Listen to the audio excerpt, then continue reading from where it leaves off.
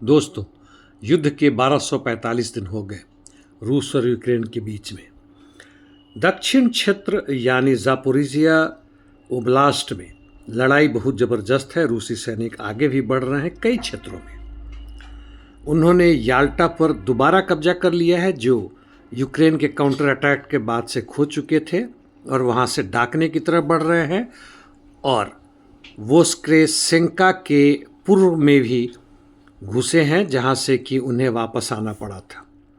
वेलिका नोवोसिलिका क्षेत्र के और अन्य क्षेत्रों में रूसी सैनिक नोवोपिल की तरफ बढ़े हैं, जबकि नोवोपावलिवका सेक्टर में एक जनरल फ्रंट पर वो आगे बढ़ रहे हैं। शेवचेंको, विल्नेपोल, मिरने, पेरेबुदोवका और पिद्यूबने, जबकि पूर्वी क्षेत्र यानी डीपीआर में वह उडाकने, कोटलिनो और ज़वेरिवो से आगे बढ़ रहे हैं, और पोक्रोवस के पूर्व में आए यानी ग्रोदोवस्काया क्षेत्र में आए तो यूक्रेन का काउंटर अटैक हुआ है, और उन्होंने नोवो इकोनॉमी का एक छोटा सा हिस्सा जो निकोलेवका की तरफ है उसे ले लिया है, जबकि रूसी सैनिकों ने पोपोवका और पोल्तावका की तरफ आगे बढ़े हैं।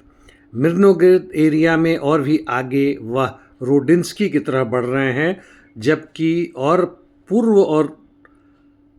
पूर्व उत्तर दिशा में वह सुवारोवो, फेदरोविका, राजिनो और नोवोट्रोटेत्स्क, व्लादिमाइरिवका और निकोलेवका की तरफ बढ़ रहे हैं। कॉन्स्टेंटिनिवका की तरफ बढ़ते हुए याब्लोनिवका के उत्तर में और स्टेपोनिवका की तरफ भी बढ़े हैं।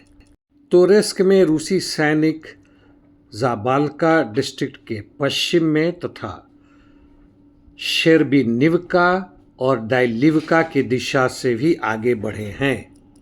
उत्तर पूर्वी क्षेत्र में रूसी सैनिकों का टोरेस्क में फिर से बढ़ाव शुरू हुआ है पूर्व और उत्तर पूर्व दिशा में, जबकि कुपियांस क्षेत्र में उन्होंने किंद्राशिवका, जिस पर यूक्रेनी सैनिकों का कब्जा था, उस तरफ बढ़े हैं, और रादकिवका की तरफ भी बढ़े हैं, और स्टेपोवो नोवोसेलिवका की तरफ थोड़ी सी बढ़त हासिल की है। चासिव यार के उत्तर में कई अरसों के बाद से मायेस्की के दक्षिण में रूसी सैनिकों की बढ़त देखी गई है। अब सीधे आते हैं कुर्स्क सूमी में। सूमी क्षेत्र में रूसी सैनिकों ने वाराचीना पर तकरीबन पूरा कब्जा कर लिया, और वही स्थिति यूनाकिवका की तरफ है।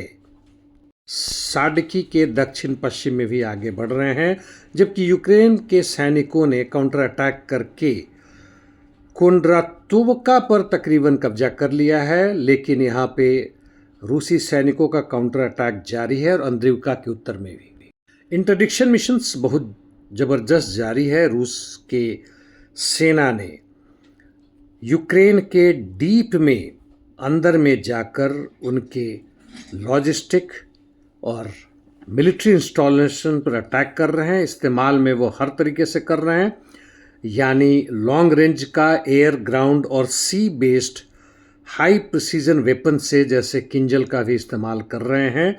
यूएवी तो खैर है ही है, और उनका दावा है कि उन्होंने कई अमेरिकी रेडार और पेट्रियट एयर डिफेंस सिस्टम को बर्बाद कर दिया है।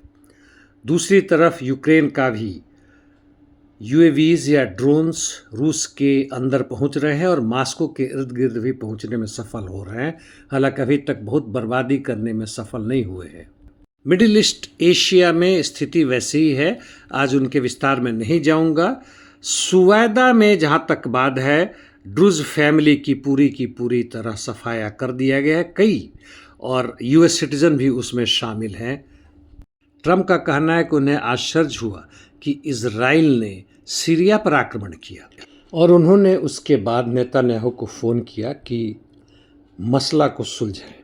ये लोग झूठे हैं, साधारण सी यही बात है।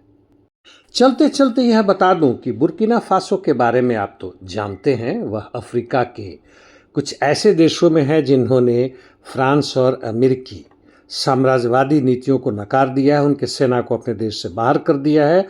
IMF वर्ल्ड बैंक से उनका मिनिमम कॉन्टैक्ट है और यहाँ तक कि अफ्रीका के इकोवॉस जो संगठन है, जो कि मुख्यतः अमेरिकी परस्त है, उससे भी अपना संबंध खत्म कर लिया।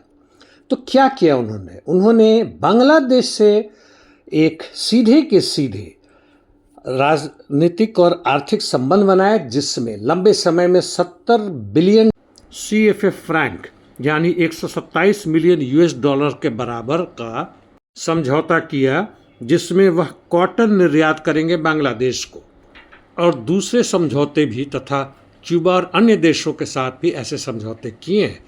IMF वर्ल्ड बैंक चिल्ला रहा होगा। धन्यवाद।